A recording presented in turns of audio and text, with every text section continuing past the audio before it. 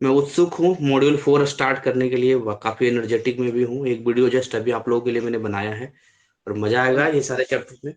Sir, हम्म। Test जो आप लेंगे उसमें से क्वेश्चन इन टेक्स्ट में और टर्मिनल से बसाएंगे या फिर और हाँ, भी? बस मैं उसी में से दूंगा। अच्छा। फिलहाल अभी उसी में से दूंगा। और हो सकता है अगले टेस्ट में लेवल थोड़ा बढ़े तो मैं नोट्स में से, अंदर से नोट्स में से उस जैसा, मैं बाहर से कुछ नहीं दूंगा। जो रहेगा इसी में से दूंगा। अभी तो फिलहाल इतना ही जाएगा। मेरा ऐसा मानना है कि बायोलॉजी में अगर कोई शॉर्ट नोट्स, टर्मिनल, इंटेक्स इतना कर ले, एनफ काफी है। स्कोप ही नहीं बचता है, कुछ ऐसा बच ही नहीं पता है कि आप कुछ रह जाए। तो chapter 25, principles of ecology, that's a very good chapter, परिस्थितिकी के नियम। और देखिए, अगर आप बात करते हैं कि हमारा अर्थ है, हमारा अर्थ क्या है, प्लैनेट जो है वो सोलर सिस्टम में है। कहाँ है? एक सोलर सिस्टम में है। और मजे की बात यह है कि सोलर सिस्टम में केवल अर्थ ही है, धरती ही है जिसपे जीवन है, यानी कि सपोर्ट करता है लाइफ को। वाई? क्यों ये पॉसिबल है कि केवल धरती पर ही जो है आपको सोलर सिस्टम, यानी सॉरी, इसमें लाइफ को सपोर्ट करता है? अगर आप इसके पीछे के कारण में जाएंगे तो आप एक चीज नोट करेंगे कि this is because of the three physical systems on it. That is, तीन चीजें इसके पास है। क्या क्या है? सॉइल है, वाटर है, एयर है। मिट्टी है, पानी है, हवा है। तीन चीज ध्यान रखिएगा। मिट्टी रहेगी, खेती हो जाएगी। पानी रहेगा, सपोर्ट मिल जाएगा। एयर रहेगा और काम हो जाएगा। ये जो तीन चीज है ये प्रोवाइड करता है इसेंशियल ऑफ लाइफ को। और भी आप चीजें देखेंगे, जैसे कि हम कहते हैं प्रत्येक प्राणी एक दूसरे से भिन्न है, डिफर करता है एक दूसरे से। हिंदी मीडियम, इंग्लिश मीडियम दोनों ही लेकर चलेंगे हम। लेकिन अगर आप परस्पर आश्रित है, डिपेंडेंसी की अगर आप देखते हैं, जैसे कि आप नॉर्मल इकोलॉजी देखते हैं कि भाई घास को हिरन खा रहा है, हिरन को शेर खा रहा है, डेट मीन एक एक सिस्टमेटिक वे में आप देखते हैं कि एक दूसरे पर क्या कर रहा है, डिपेंड कर रहा है, डायरेक्टली, इनडायरेक्टली। या तो वो डायरेक्टली है या तो वो इनडायरेक्टली है।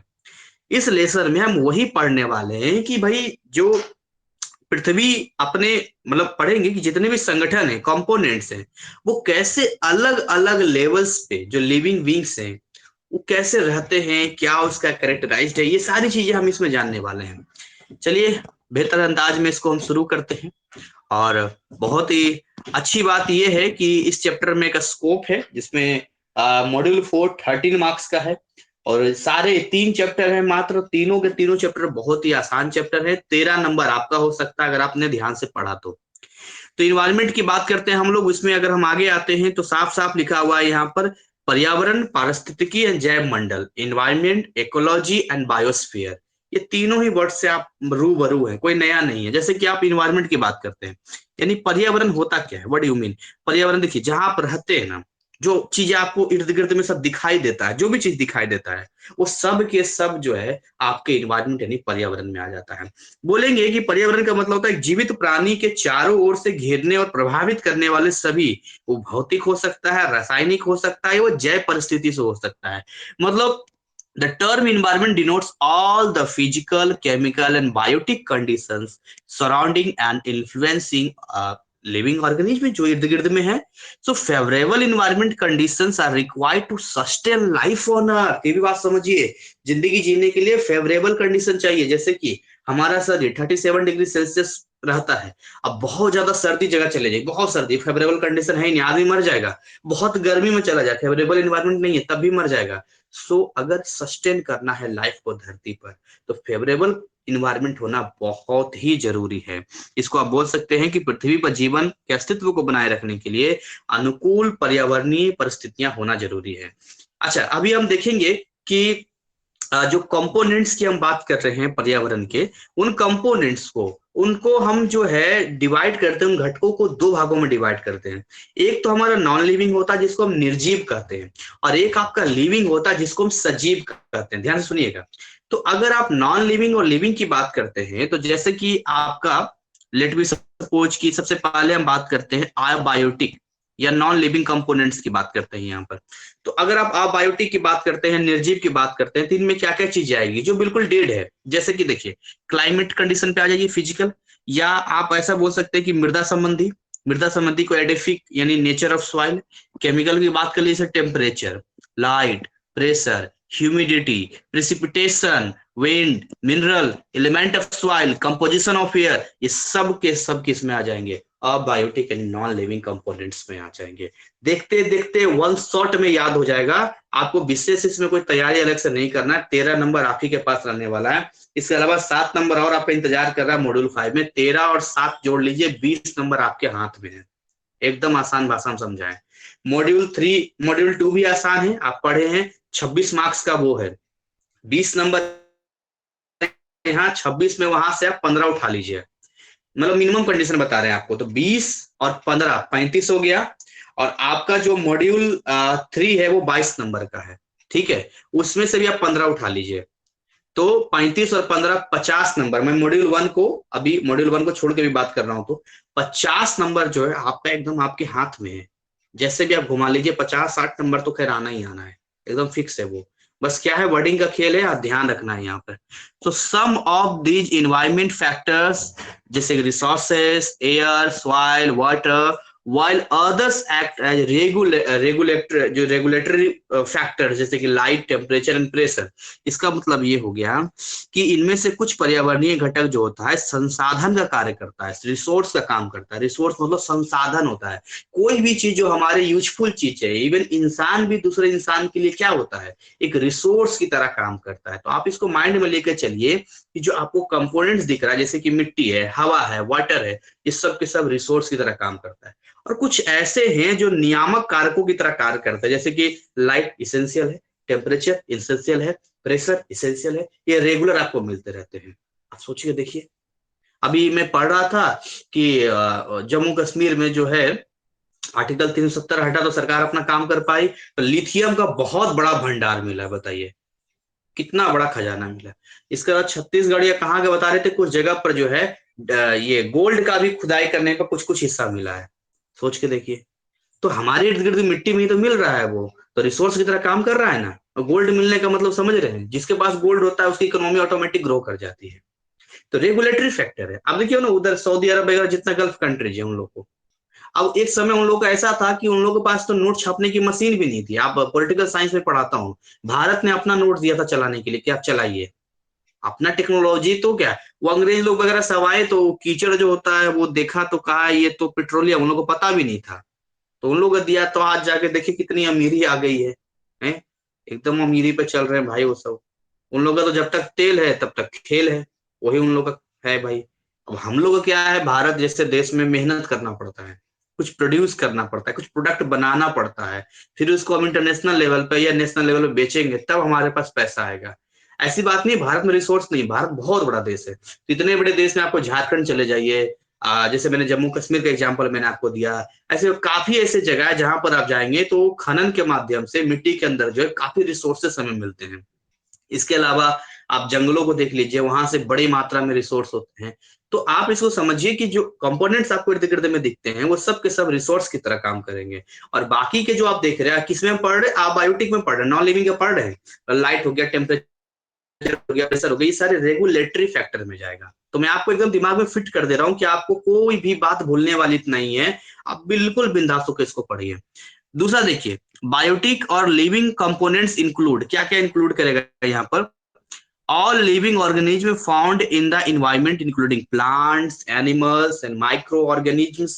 यानी कि जितने सजीव आपको नजर आते हैं वो सब पर्यावरण में पाए जाते हैं, जैसे कि पेड़ पौधे, पादप, जैसे कि जीव जंतु जो आपको दिखाई देते हैं, और आपको सूक्ष्म जीव यानी कि बहुत छोटे लेवल पे जो आप अपनी नेकेड आई से नहीं देख सकते हैं, वो सब के सब जो है बायोटिक यानी लिविंग कंपोनेंट में आते हैं। तो दो चीजें मैंने आपको बिंदास तरीके से किया, इस पे जैसे भी सवाल पूछे आप जवाब दे देंगे। आगे बात करते हैं, यहाँ पर इकोलॉजी की बात करते हैं। So what do you mean by ecology? इसको पारिस्थितिकी के नाम से हम लोग जानते हैं। देखिए बेसिकली जब पारिस्थितिकी की बात करते हैं तो भाई पारिस्थितिकी का मतलब आपको समझना पड़ेगा, एक सिस्टम है ये। इकोलॉजी क्या है, एक सिस्टम है। What do you mean by system?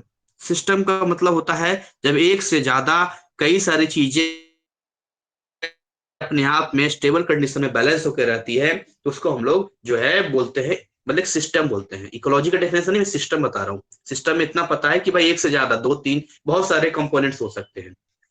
तो देखिए, जीवों के पारस्परिक एवं पर्यावरण के साथ उनके अंतर संबंध, यानी आप बोल सकते हैं ecology is the scientific study of relationship की हम बात करते हैं। बेसिकली हम बात किसकी बात करते हैं?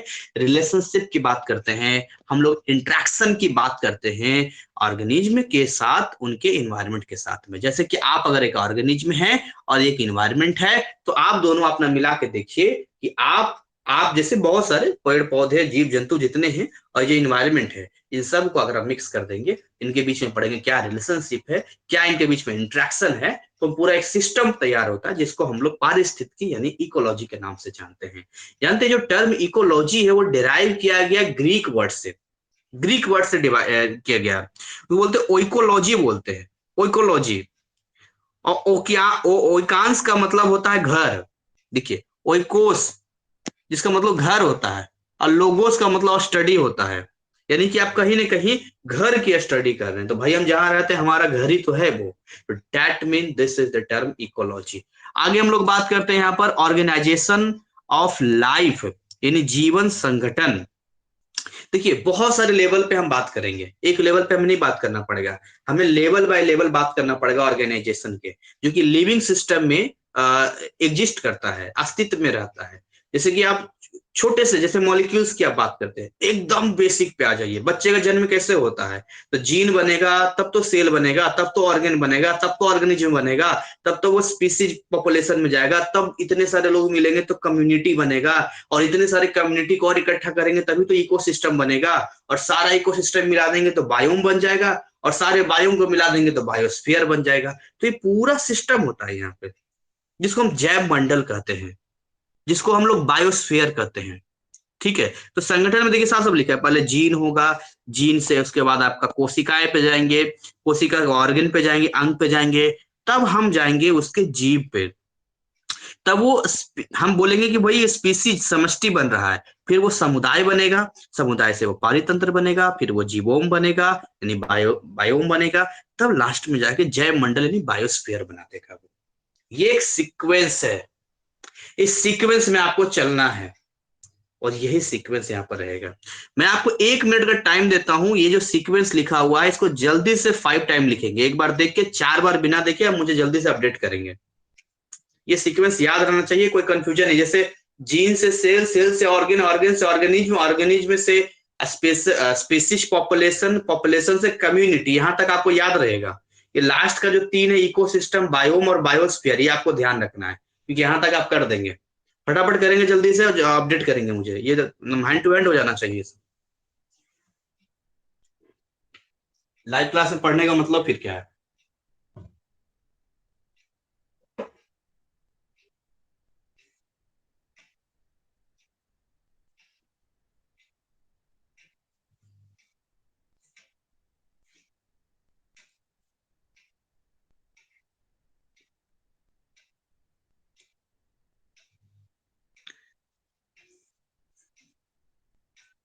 हाथ तेज चलाएंगे डॉक्टर की राइटिंग में। वैसे भी बायोलॉजी वाले डॉक्टर ही ज्यादातर उद्देश्य से आते हैं, समझिए डॉक्टर हुए हैं। हम तो फिजिक्स केमिस्ट्री वाले सबको, मैथ वालों को भी डॉक्टर बना देते हैं जब उनका फॉर्मूला प्रैक्टिस कराते हैं।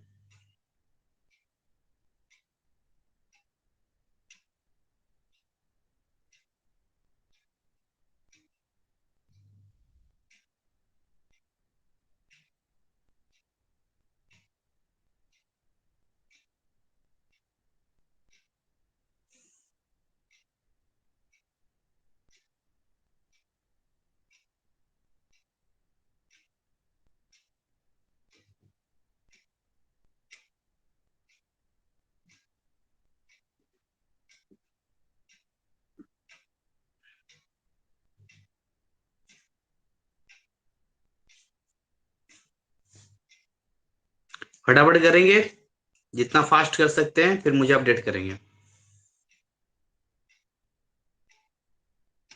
लास्ट का 3 पे ध्यान देना है आपको, इकोसिस्टम, बायोम और बायोस्फीयर। ऊपर के तो 1 2 3 4 5 6, इसका आप ध्यान रखेंगे, मुझे पता है, यहाँ तक कोई दिक्कत नहीं है।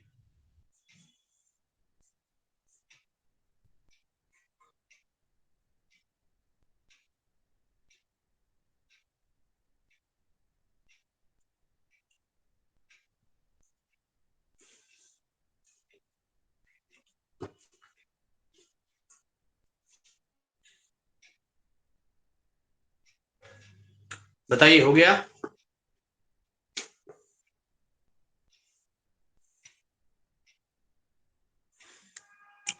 आगे बढ़े।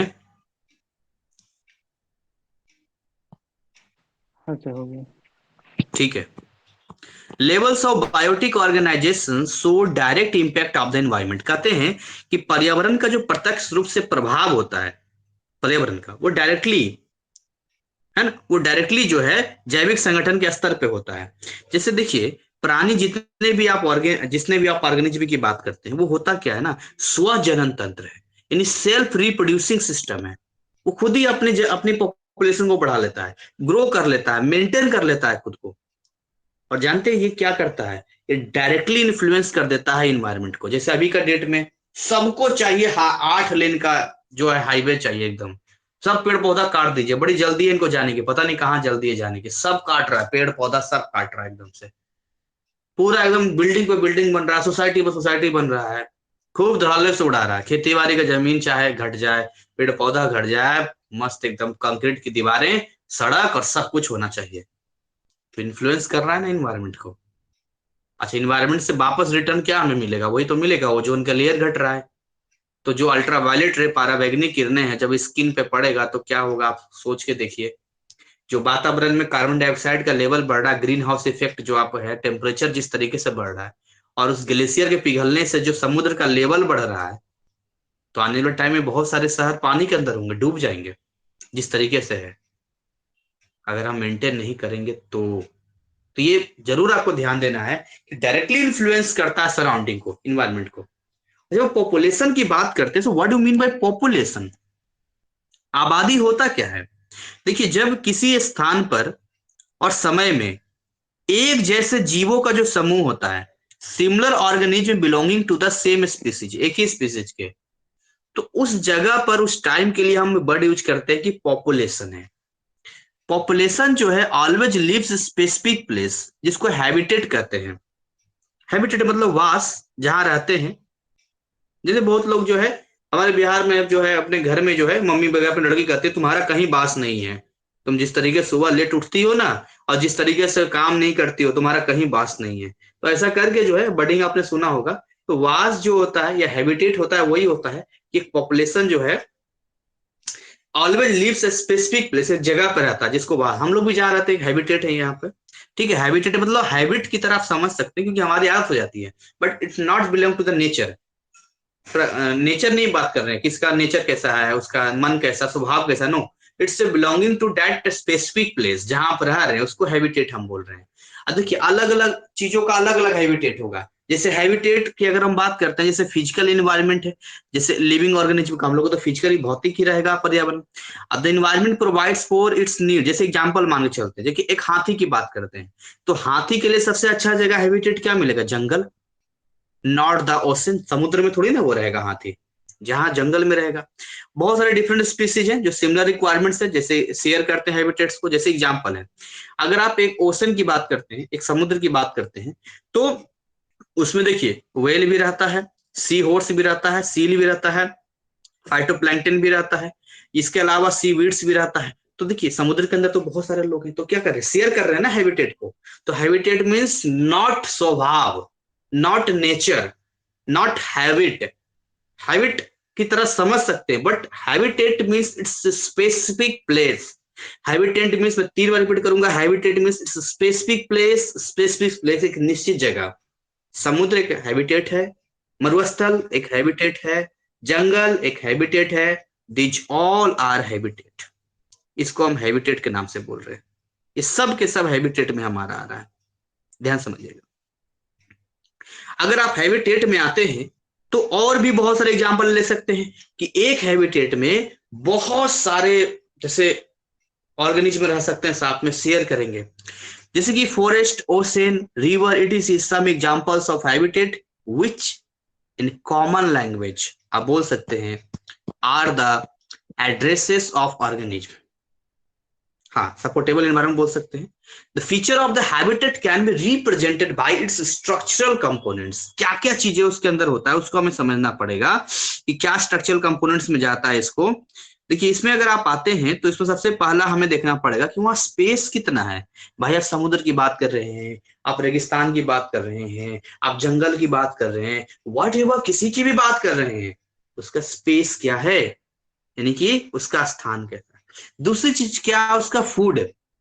फूड का मतलब खाने पीने की चीजें भी तो होनी चाहिए वहां पर, जहां पर आप जैसे आप सोचते हैं कि चलो यार यहाँ जाके रह लेते, तो क्या क्या सोचते हैं, सबसे पहले आप दिमाग में सोचिए, पहले आप सोचते हैं रहने का जगह होना चाहिए, सबसे पहला चीज आता है। तो पहला पॉइंट ध्यान दीजिए, स्पेस। दूसरा चीज खाएंगे क्या, अरे भाई जंगल में रहेंगे, फल खाएंगे, फ्रूट खाएंगे, कोई व्यवस्था होगा।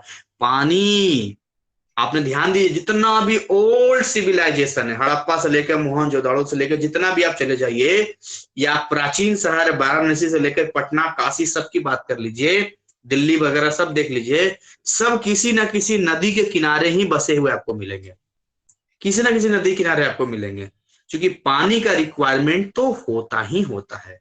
भाई आज की डेट में मोटर है, सारी चीजें हैं, तो हम बोल देते हैं कि भाई पानी जो है इजिली जहां नहीं भी है वहां पहुंचा देंगे। लेकिन उस टाइम पे अगर आप देखेंगे तो पानी की नीड को फुलफिल करने के लिए ज्यादातर जो आबादी होती थी वो नदियों के किनारे ही होती थी, ताकि उनको नहाने में, धोने में, इनफैक्ट बिजनेस करने के लिए भी पानी के रास्ते अपना काम कर लेते। ये सारी चीजें ना कॉमन चीजें दिमाग में सेट कीजिएगा।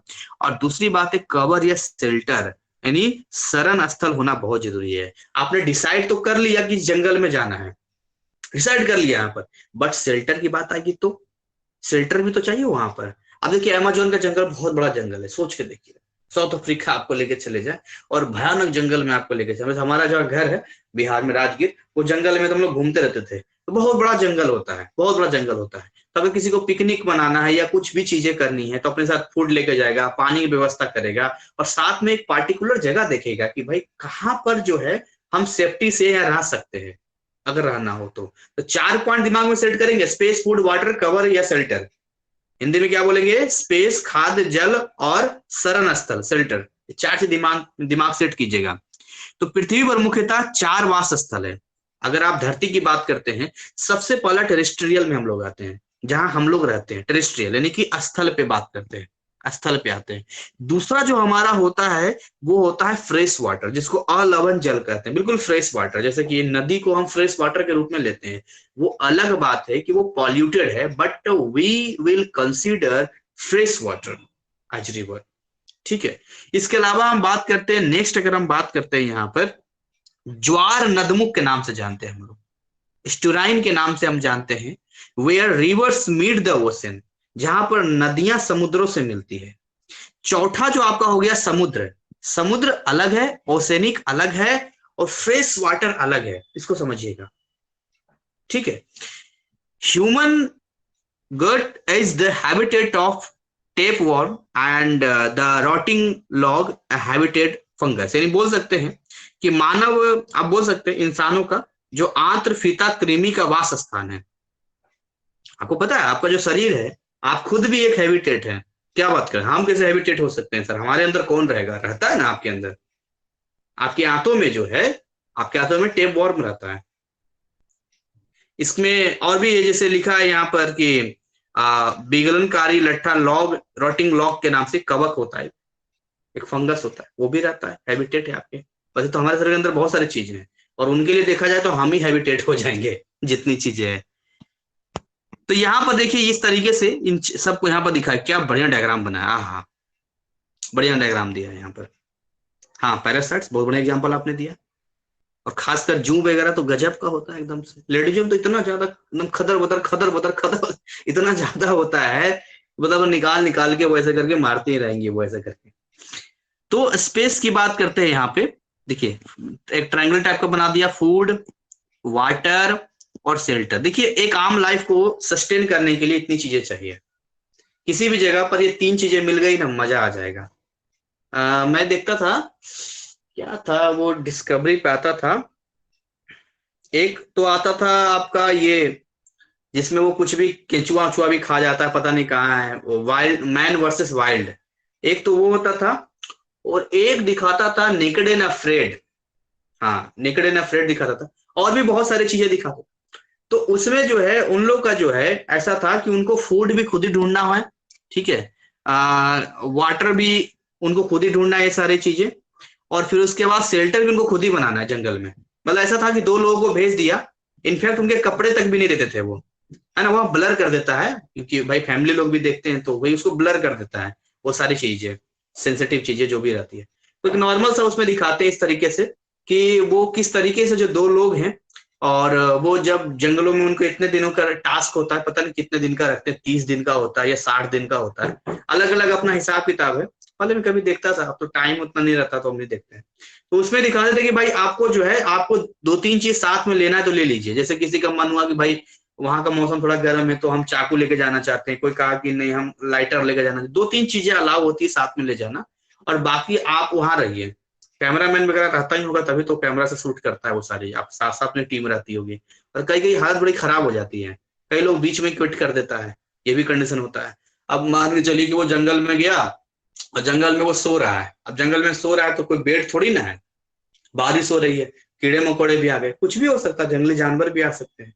हालांकि जान नहीं जाएगा क्योंकि टीम साथ में होता है, लेकिन वो इस तरीके से रिस्की कंडीशन में दिखाते हैं कि वाकई में अगर जंगल में कोई रहेगा तो इस तरीके का सामना करना पड़ेगा उसको, या इस तरह की चीजें जाएंगी उसमें। अब अंदर की क्या बात है मुझे नहीं पता, वो कैसे शूट करते हैं, क्या करते हैं।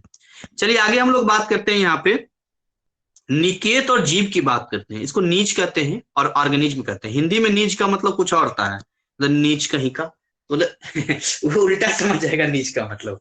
और देखिए यूट्यूब पर भी एक नीच होता है।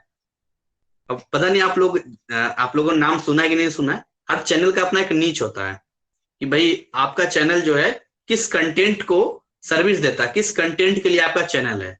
तो अब यूट्यूब जो है पहचानती है हर चैनल के नीच को, और उसके अकॉर्डिंग कोई कुछ सर्च करता है तो वो क्या करते हैं, रिकमेंडेड कर देता है उसको, उसके चैनल वहां पर वो नहीं भी डालता तो भले जितना हिसाब से चैनल का रेटिंग है उस हिसाब से वहां पहुंच जाता है। इसलिए बहुत इंपॉर्टेंट है, बड़े बड़े यूट्यूबर्स बोलता है कि अपना चैनल का नीच बनाइए, एक चीज पे काम कीजिए ताकि यूट्यूब को लगे वाकई में यार ये इस कंटेंट पे काम कर रहा है। तो यहाँ पर है निकेत बोलते हैं हिंदी में, और ऑर्गेनिज्म को हम लोग जीव कहते हैं। बड़ा इंटरेस्टिंग चैप्टर है, मजा आ रहा है पढ़ने में। सो इसमें लिखा है in nature many species occupy the same habitat but they perform different functions. यानी प्रकृति में कई जातियां हैं जो एक ही जगह पे रहती है और उनके कार्य अलग अलग होते हैं। अब लेट बी सपोज कि हम लोग टेरेस्ट्रियल पे रहते हैं, है ना, तो हम लोग टेरेस्ट्रियल पे रहते हैं तो सबका एक जैसा काम तो नहीं है, अलग अलग सबका है। The functional characteristics of species in its habitat, यानी कि स्पेशल वो किस चीज के लिए फंक्शन कर रहा है, किस चीज के लिए कर रहा है। यूट्यूब पर तो बेस्ट एग्जांपल मैंने आपको बताया कि वो किस चीज के लिए काम कर रहा है, उसी को रेफर करते हैं नीच। नीच इसी को हम लोग बोलते हैं, भाई किस चीज के लिए पार्टिकुलर काम कर रहा है। तो आगे से ध्यान रखिएगा इसका। Wild habitat of species is like उसका एड्रेस हो गया जहां वो रहता है, और नीच कैन बी थॉट, आप ऐसे सोच सकते हैं उसका प्रोफेशन। जैसे एक डॉक्टर है तो डॉक्टर के लिए उसका नीच चैनल का कैसा हो सकता है, मैं को रिलेट कर रहा हूँ, रिजेंबल कर रहा हूँ आपको समझाने के लिए।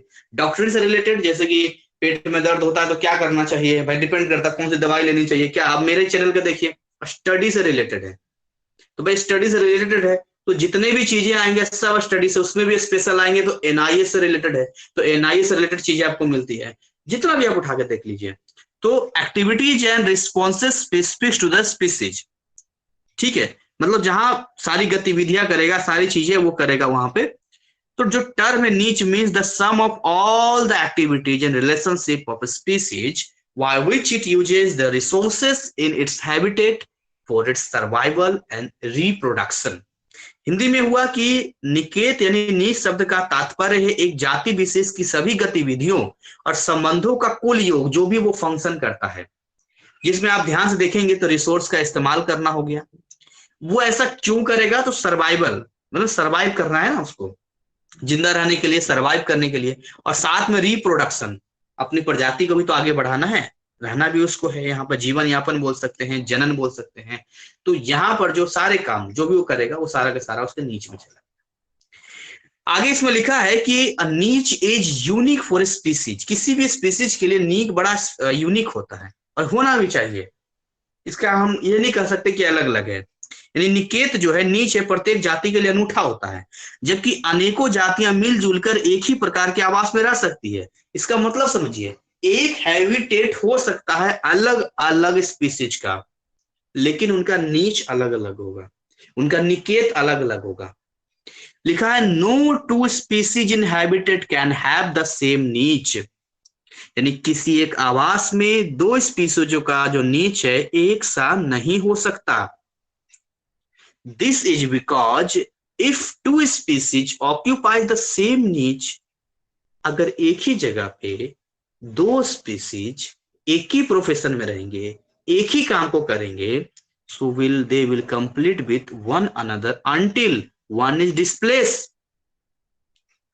मतलब इतना ज्यादा कंपटीशन आपस में हो जाएगा, समझ रहे हैं, तो उनमें से कोई एक हट नहीं जाता है तब तक आपस में वो हटाने की कोशिश करेंगे, फिर जब तक एक हट नहीं जाता है।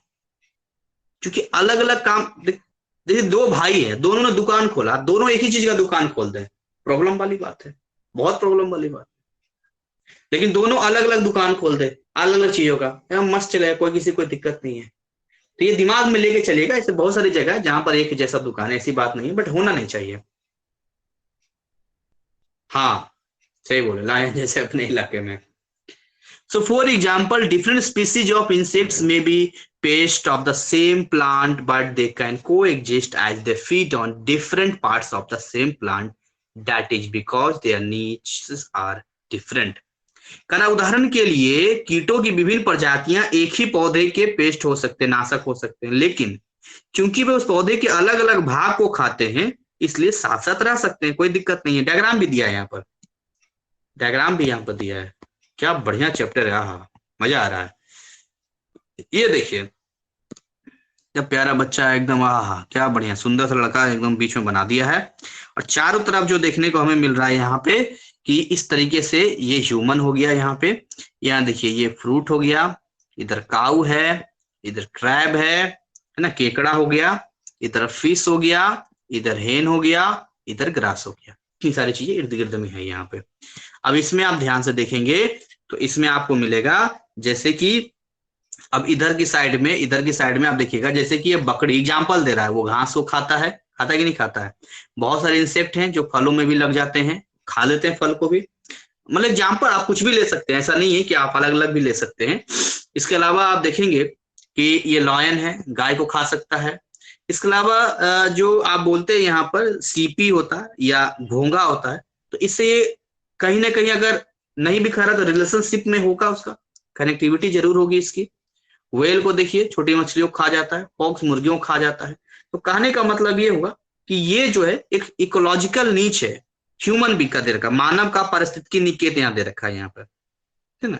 अब यहाँ पर क्या है कि आदमी देखिए, आदमी फल भी खा लेता है, चाहे तो घास भी खा लेगा, खाता ही है, साग वाग बना के, मुर्गी भी खा लेगा, मछली भी खा लेगा, केकड़ा भी कुछ लोग खा लेते हैं, और कई सारे लोग ऐसे भी हैं जो गाय वगैरह भी खा लेते हैं, भैंस वगैरह भी खा लेते हैं, बकरा भी खा लेते हैं, इनको भी खा लेते हैं।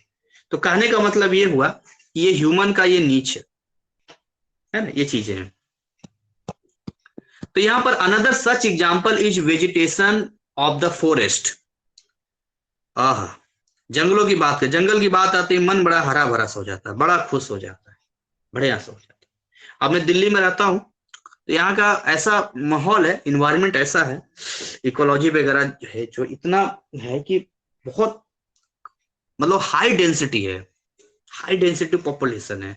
तो यहाँ पर क्या है कि इतना सटा सटा कि स्पेस नहीं है खुला हवा के लिए, बाकी चीजों के लिए। हालांकि मैं रहता हूँ दुलसाद गार्डन में, तो पार्क ही पार्क है, बट पार्क के अंदर भी वो फील नहीं आता कि पेड़ पौधे के बीच में है। तो अभी गाजियाबाद में 2-3 किलोमीटर दूर है, 5 एकड़ में बना हुआ बहुत बड़ा सोसाइटी है, बहुत खुला है, बहुत बढ़िया है, और ए नंबर का एनसीआर का सबसे बड़ा मुझे लगता है ऐसा कि वो सोसाइटी होगा। तो उसके अंदर हम अपना फ्लैट बुक कर रहे हैं, एकदम मस्त, एकदम पार्क ही पार्क सब बढ़िया है। तो भाई जिंदगी जीना है ना हमें, तो हमें सबसे पहले अपने हैबिटेट को पहचानना होगा कि हम किस हैबिटेट में रह रहे हैं, क्योंकि ये बहुत बड़ा फैक्टर है जो आपको इफेक्ट करता है day to day, every time, आपके हेल्थ को। बहुत जरूरी है, क्योंकि अगर आप खुले जगह पे नहीं रहेंगे या बाकी जगह पे नहीं रहेंगे, हमारे पेरेंट्स को हरिद्वार अच्छा है, वो मतलब ठीक है घर हरिद्वार में खरीद लिया जाए, आप वहां रहिए, कोई दिक्कत नहीं है, हरिद्वार खुला जगह रहिए, कोई दिक्कत नहीं। तो कहने का मतलब है कि हैबिटेट सही होना बहुत जरूरी होता है। और जंगल के बात सुनते इसलिए मन हरा भरा होता है कि आप अभी सोसाइटी में, मतलब मैं जाता रहता हूँ, बस अब 1-2 महीना में अपना बुक ही करना है मुझे। तो एक इतना बढ़िया डिजाइन दिया है कि एकदम पेड़ पौधा है, एकदम जंगल टाइप का अंदर में बना है एकदम, तो अंदर जाते थोड़ा शीतलता सा लगता है, ठंडक, मजा आता है। और दूसरा इतना बढ़िया लुक दिया है सब कुछ का, उसके अंदर इतना बढ़िया मॉल बना दिया है सोसाइटी के अंदर। 5 एकड़ मायने रखता है, फेज 1 फेज 2 फेज 3। उसके अंदर बैंक, नैनीताल बैंक हो गया, ये हो गया, सारी फैसिलिटी है। स्विमिंग पूल से लेकर मैरिज हॉल, एवरीथिंग आपको वहां मिल जाता है। तो एकदम लगता है अंदर में एकदम स्वर्ग में आ गए हैं। तो आदमी को अपना पहचान के काम करेगी। गांव सबसे बेस्ट, गांव में जो लोग रहते हैं क्या बढ़िया, वहां पर हवा पानी सब कुछ है। पर दुख की बात है कि नक्शा उक्सा पास तो होता नहीं, सब अपना अपना घर बनाते हैं। और नक्शा नहीं पास होने की वजह से उनका जो हैबिटेट जो जगह है ना, वो क्या होता है, वो पतली पतली गलियों में रह जाता है। और उसके बाद आप जानते ही पतली गलियों में होगा तो क्या होगा। तो ये भी एक बीमारी का, अस्वस्थ रहने का या मन उदास रहने का एक दिक्कत होता है। हाँ, गांव जो है वो बहुत बढ़िया है, बेस्ट हैबिटेट है। गांव में आदमी रहे बिंदास तरीके से रहे, कोई दिक्कत नहीं है। तो यहां पर है, the forest can support a large number of plant species as they occupied different niches. यानी कि वन में अनेक पादप जातियां हो सकती है, क्योंकि वे अलग अलग निकेत यानी अलग अलग नीचे में रहते हैं। जैसे लंबे वृक्ष ले लीजिए आप, टॉल ट्री की बात कर लीजिए, शॉर्ट ट्री की बात कर लीजिए, आप झाड़ मतलब श्रब्स की बात कर लीजिए, झाड़ जो होते हैं झांझार घास वगैरह उसकी बात कर लीजिए। Their height very and they differ in the requirements for sunlight and nutrients, and so they can all survive together। मतलब ये है कि इनकी ऊंचाई अलग अलग होती है, और प्रकाश जो भी लाइट है या न्यूट्रिशन है, उनकी आवश्यकताएं भी तो अलग अलग है। एक जैसा सबका रहेगा तब तो दिक्कत ही हो जाएगा। लेट भी सपोज मान लेते हैं कि सबको एक ही चीज चाहिए, इतनी बड़ी जो लिविंग ऑर्गेनिज्म है, सबको कैसे मिल सकता है। अलग अलग रहेगा, कुछ वो खा लिया, कुछ वो खा लिया, कुछ वो खा लिया, कुछ वो खा लिया, मिल के साथ में रह लेगा। तो कहने का मतलब ये हुआ कि यहाँ पर आपको इस तरीके से ये डायग्राम यहाँ दिखाने की कोशिश किया गया है। हिंदी वाले में तो खैर बहुत बढ़िया डायग्राम दिया है, हाँ यहाँ भी दिया है, लेकिन ये डायग्राम अच्छा यहाँ पर है, ये ठीक है, ठीक, ये यहीं पर डायग्राम दे दिया है। फीता मतकून के नाम से यहाँ पर दिया है नाम इसका। लेसबर्ग यहाँ पर है, ऊपर में जो पत्तियों पर आता है यहाँ पे।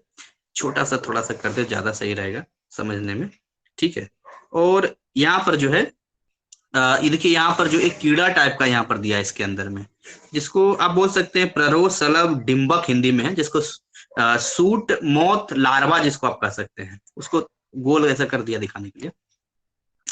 इसके अलावा जो है यहाँ पर आपको जो मिलता है पत्तियां यहाँ पर मिलता है, लेकिन सरपेंटाइन पत्तियां मिलती है, सर्पिल यानी मुड़ी हुई पत्तियां आपको यहाँ पर मिलता है।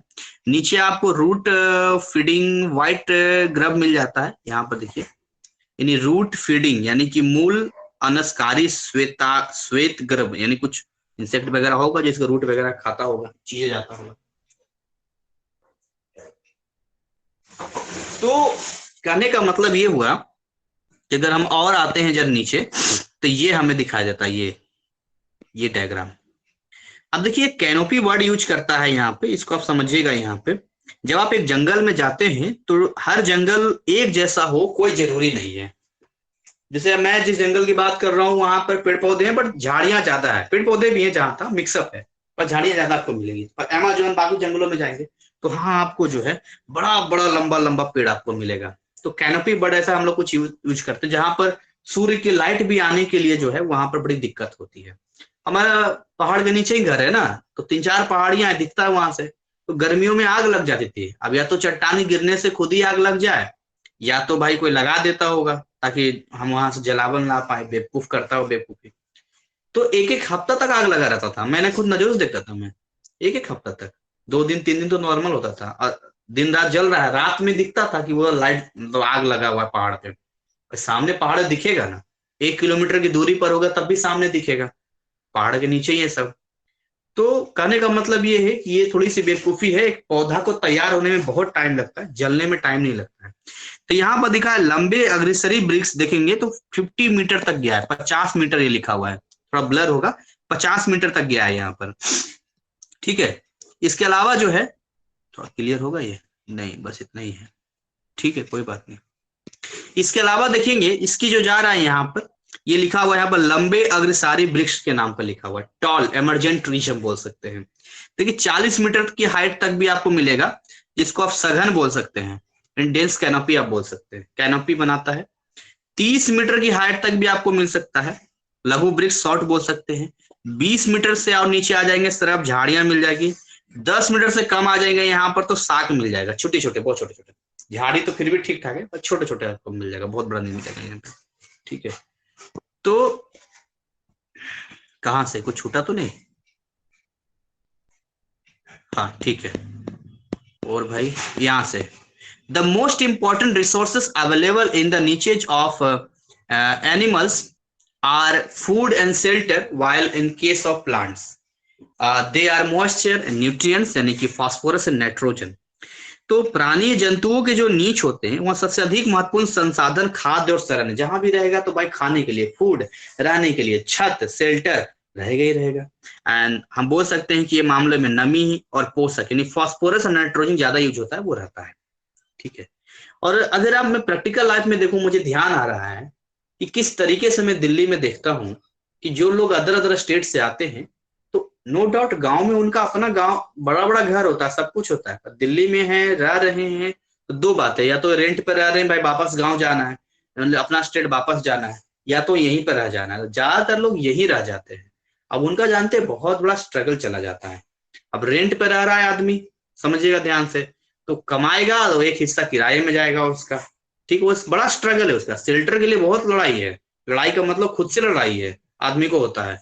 इसके अलावा अगर आप देखेंगे कि जैसे कि अब उसने अगर ईएमआई बना भी लिया है, तो उसको 20 साल 30 साल का होता है, तो अपना बिजनेस नहीं है, जॉब है, तो कटता रहेगा। तो एक शेल्टर बनाने के लिए एक कमरे का मकान या दो, वो भी मकान क्या, ऊपर से नीचे थोड़ी रहता है, खाली फ्लैट की बात कर रहा हूं मैं, फ्लैट सिस्टम।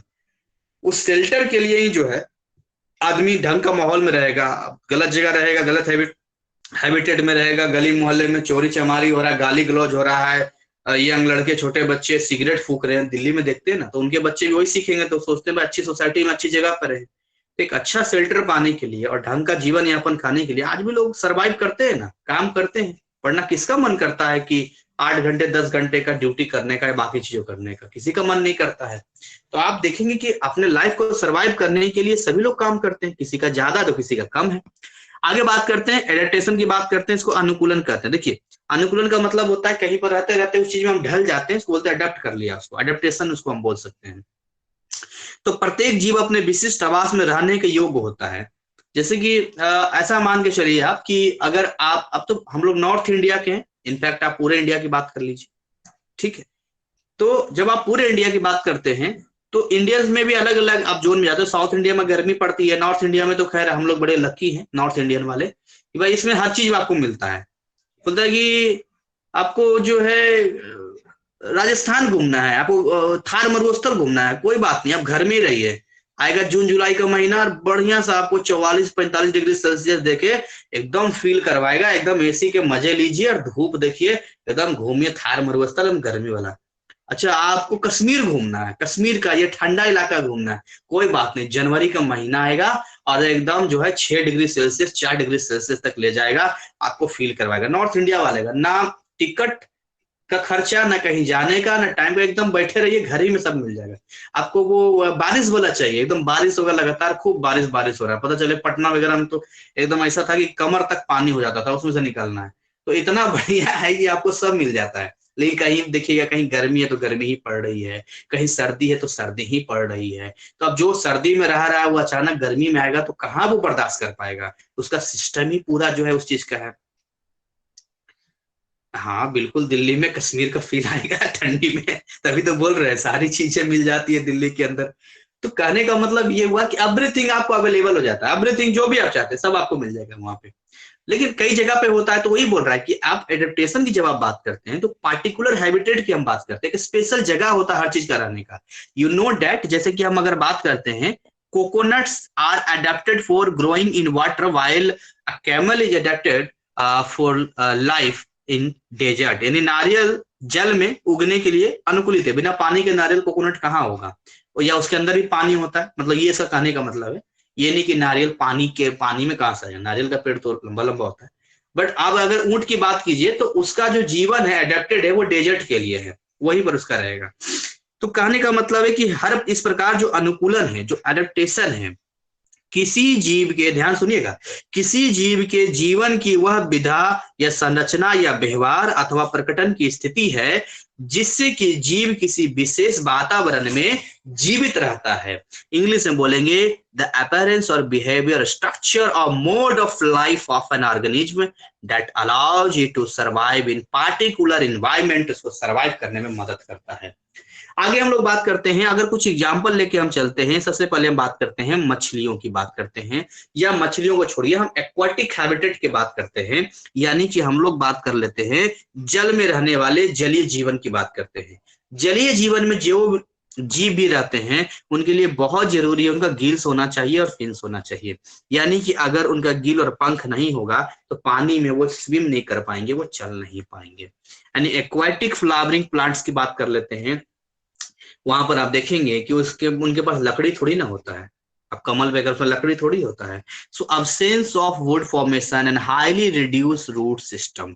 देखिए यहाँ पर आपको समझना पड़ेगा कि जड़ें कम परिवर्तित होती है, उनके जल में रहने के लिए उनको एडेप्टेशन ही तो दिखा रहा है ये कि ये सारी चीजें हैं, वरना कौन ऐसा बिना लकड़ी का। आप नॉर्मल धरती पर सॉइल मिट्टी पर देखेंगे तो आपको लकड़ी मिलेगा ना वहां पे, चाहे पतला मिले, कमजोर मिले, सॉफ्ट मिले, वट जो भी आप कह सकते हैं।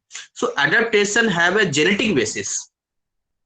हाँ, गिल सांस लेने के लिए भाई H2O में जो ऑक्सीजन है वो उसको फिल्टर करेगा ना उसको, तो adaptation have a genetic basis है ये। अनुकूलन एक अनुवांशिक आधार होता है भाई।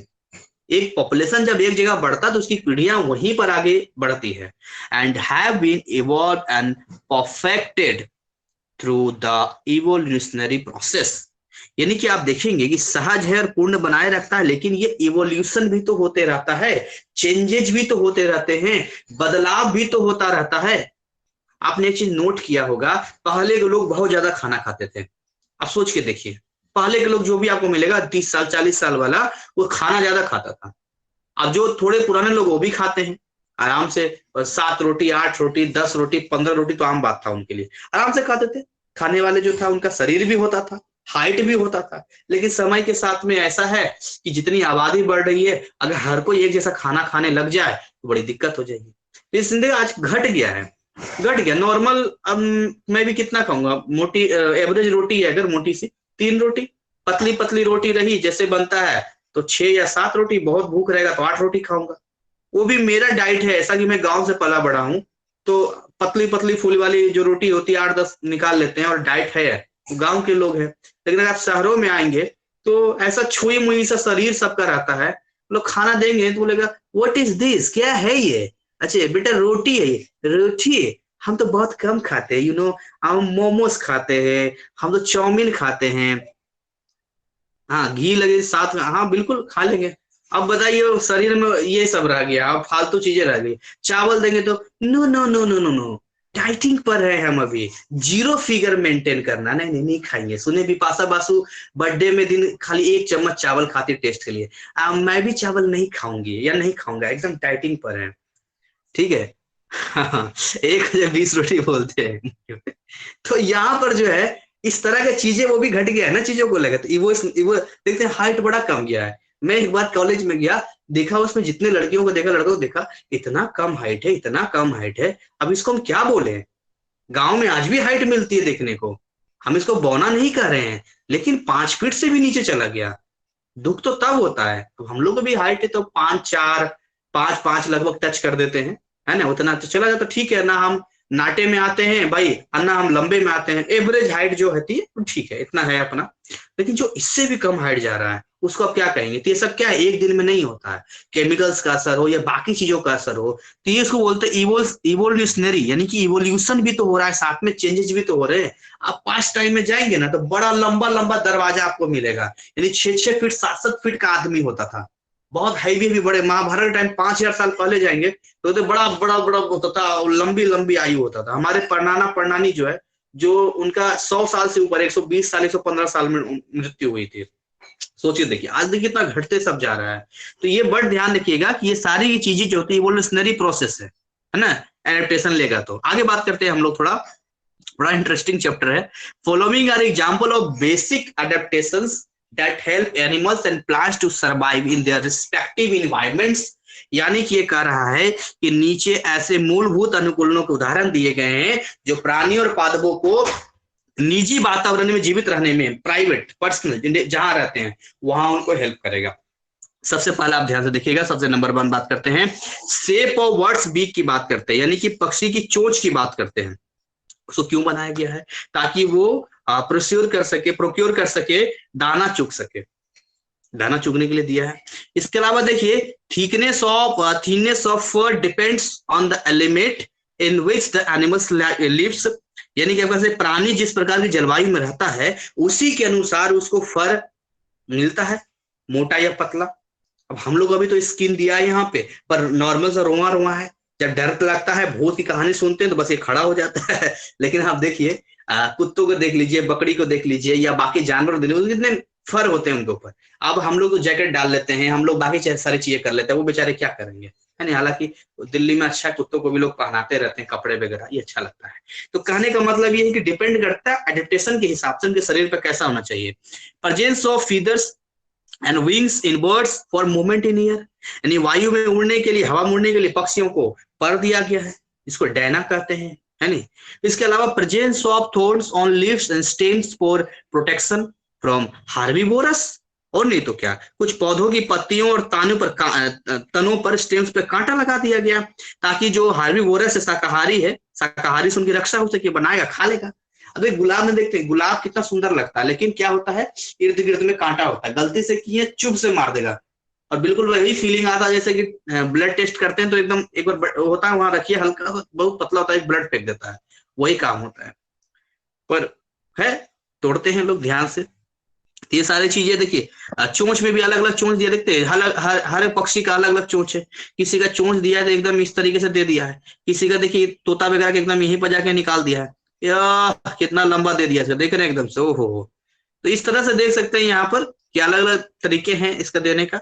देखिए यहाँ पर कांटा कांटा दिखाया गया एकदम से कि बाबू संभल के तोड़ना, गलती किया तो कांटा चुभ जाएगा। इसके अलावा जो है आगे यदि हम बात करें यहाँ पे 25.1, सो देवी और सज्जनों, टाइम की घंटी बज चुकी है, अब हमें मिलना होगा अगले एपिसोड में। फिलहाल हमारी गाड़ी रहेगी 25.1 तक, इंटेक्स क्वेश्चन 25.1 तक, जिसमें ये सवाल है, name the various levels of organisation, define the term ecology, what are the 3 physical systems that support life on earth, name the major components of the environment. ये सारी चीज आप देख सकते हैं। नहीं, प्लांट वाला चैप्टर खत्म नहीं हुआ, वो पैरेलल में चल रहा है, वो पैरेलल में चलता रहेगा, चीज आती रहेगी, अपना प्रोफेशन वगैरह सारी चीज जाएगी। What do we mean by fins are adaptation fish aquatic explain. अच्छा, अब यहाँ से स्पीसीज वगैरह यानी पॉपुलेशन वगैरह का जाएगा। वैसे तो चैप्टर आसान है, आदमी खुद से भी पढ़ लेगा, समझ में आ जाएगा, लेकिन वही है कि जब इंटरेस्टिंग तरीके से थोड़ा सा पढ़ता है तो मजा आता है पढ़ने में। और बाकी देखते हैं, बड़ा इसका पीडीएफ ही जो है 40 पेज का है, और कोशिश करेंगे इसको समझाने के लिए। सो ओवरऑल क्या रिव्यू चैप्टर के बारे में आप लोग का, क्या कुछ लगा चैप्टर को देखकर? इंटरेस्टिंग चैप्टर है, आसान है, हो सकता है कवर, बताइए। हाँ सर, आज तो इतना ही हुआ जी, लंबा चैप्टर है, कितने दिन में हो जाएगा ये? रिकॉर्डिंग मोड में डाल देंगे, क्यों चिंता करते हैं, कोई बात नहीं, हाँ जितना हो मतलब सकेगा चलेगा, चलाएंगे इसको, क्योंकि प्रॉपर टाइम होता है ना। देख रहे हैं अभी एक क्लास में हमने जो लगभग 7 पेज हमने कवर कर दिया। हाँ, इंटरेस्टिंग लेसन है। तो आज के हम लोग इस सेशन को जो है पहले रिकॉर्डिंग ऑफ करते हैं, ताकि सभी लोग इसका लाभ ले सके।